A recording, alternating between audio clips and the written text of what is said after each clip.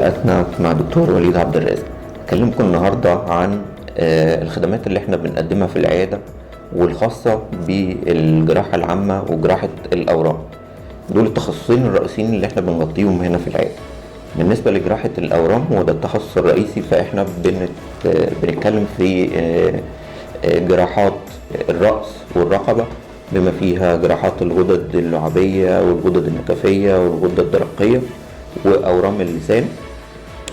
وبنتكلم فيه برضو جراحات المريء وأورام المعدة وأورام الاثنى عشر والبنكرياس، وكمان أورام الكبد وأورام النسا وأورام الثدي، وكمان أورام المسالك البولية.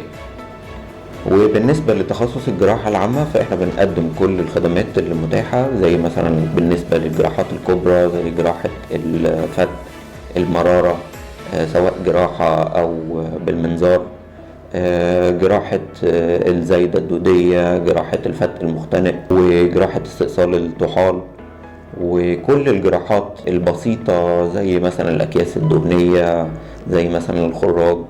طبعا تقدروا تشرفونا بأسئلتكم على الصفحة بتاعتنا على الفيسبوك، أو تشرفونا بالزيارة في مقر العيادة.